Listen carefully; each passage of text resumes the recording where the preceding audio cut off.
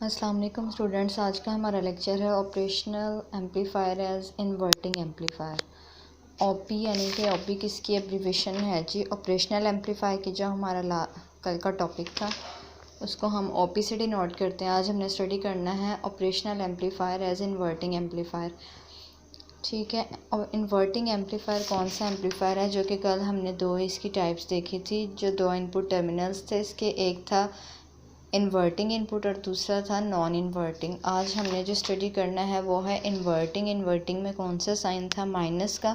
उसको डिनोट करना है कि उसमें कैसे करंट फ्लो होता है और उसकी डायग्राम क्या है। उसकी जो सर्किट डायग्राम है वो हमारे पास है 18.28 में, जिसमें इनिशियल वोल्टेज है, रेजिस्टेंस आर है, करंट है, एक तरफ प्लस पॉजिटिव टर्मिनल है, एक तरफ नेगेटिव टर्मिनल है, इन्वर्टिंग और नॉन इन्वर्टिंग है। Show the circuit of the operational amplifier. ये हमें ऑपरेशनल एम्पलीफायर का सर्किट दिखाया गया है। When used as an inverting amplifier the input signal V I N क्या है जी? हमारे पास इनपुट सिग्नल है which is to be amplified is applied eight inverting terminal. जो हमारे किस पे अप्लाई हो रहा है? इन्वर्टिंग टर्मिनल पे। इसके नाम से पता चल रहा है किस पे अप्लाई होगा? माइनस पे, क्योंकि इन्वर्टिंग टर्मिनल हम कहते हैं नेगेटिव साइन को। थ्रू आर रेजिस्टेंस R1 और इसकी रेजिस्टेंस क्या है? R1। V0 is it's output. V क्या है? V इनपुट है और R1 इसकी रेजिस्टेंस है, और वो जो V0 है वो VO क्या है? वो क्या है? आउटपुट है। The non inverting terminal plus is grounded, it's potential is zero. और जो नॉन इन्वर्टिंग टर्मिनल पॉजिटिव है हमारा वो ग्राउंडेड है यानी कि ये देखें जो ग्रीन लाइन्स है इससे बाहर की तरफ है, क्योंकि इसमें कोई फ्लो नहीं हो रहा, तो ये अलहदा से है, तो इस टाइम ये क्या है? ग्राउंडेड है। जब इसमें करंट फ्लो नहीं हो रहा तो इस टाइम ये इसकी वैल्यू हमारे पास क्या होगी? ज़ीरो होगी, जिस टाइम ये ग्राउंडेड है। ये कब होगा? जब इन्वर्टिंग एम्पलीफायर अप्लाई करेंगे उस सूरत में होगा।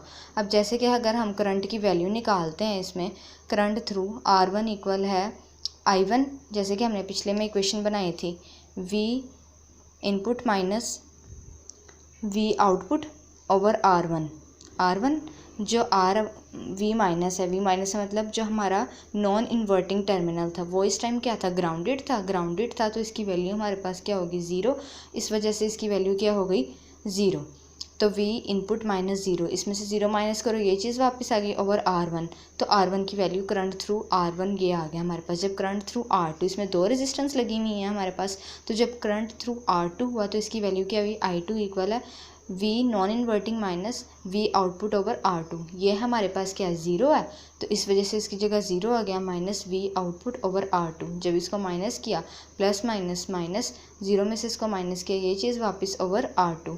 As practically no current flow between minus and plus terminal, so according to Kirchhoff's current rule. क्योंकि इन दोनों में करंट फ्लो नहीं हुआ तो हमारे पास I1 किसके इक्वल आ जाएगा? I2 के। दोनों की इक्वेशंस का हम क्या करेंगे? कंपैरिजन कर देंगे। कंपेयरिंग इक्वेशन, इसको नाम दे देंगे इक्वेशन 1 का, इसको इक्वेशन 2 का। दोनों को कंपेयर किया तो हमारे पास ये चीज़ें R1 इक्वल R2, तो इसकी जगह क्या आ गया? V input over R1 equal है माइनस V आउटपुट ओवर R2। ये वैल्यूज़ बन गई। यहाँ से V इनपुट यहाँ पे मल्टीप्लाई हो रहा है, इधर आके डिवाइड हो जाएगा, यहाँ पे डिवाइड हो रहा है, उधर जाकर मल्टीप्लाई हो जाएगा। क्रॉस वैल्यू को किया मल्टीप्लाई, तो हमारे पास क्या गया? V output over V input equal R2 over R1। ये हमारे पास क्या है? Defined as gain of the inverting amplifier. ये गेन ऑफ इन्वर्टिंग एम्पलीफायर की हमारे पास वैल्यू आ गई, current gain. The negative sign indicates that the output signal is 180 degree out of phase with respect to input signal. इसमें क्या होता है? जब ऑपरेटिंग एम्पलीफायर होता है, मैंने आपको बताया था क्या करता है? फेस को चेंज कर देता है। इस टाइम हमारा ये साइन नेगेटिव साइन क्या शो कर रहा है? आउटपुट सिग्नल इस जो हमारा आउटपुट सिग्नल है वो क्या है? 180 है। इस वजह से इसके साथ कौन सा साइन आया? माइनस का साइन आया।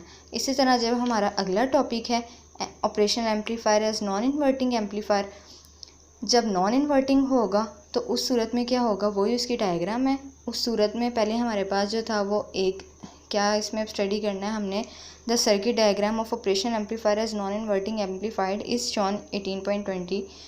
इन this case the input signal V input is applied at the non inverting terminal.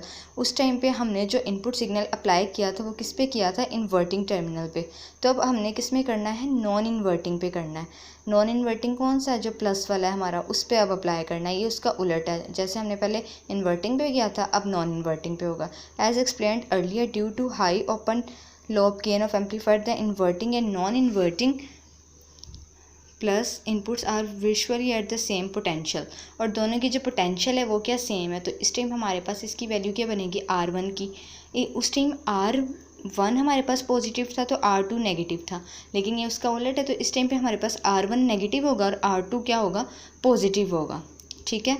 As practically no current flows between minus and plus terminals, so Kirchhoff rules. तो I1 इक्वल I2 के, तो हमारे पास values क्या बनी, V input minus V output over R2।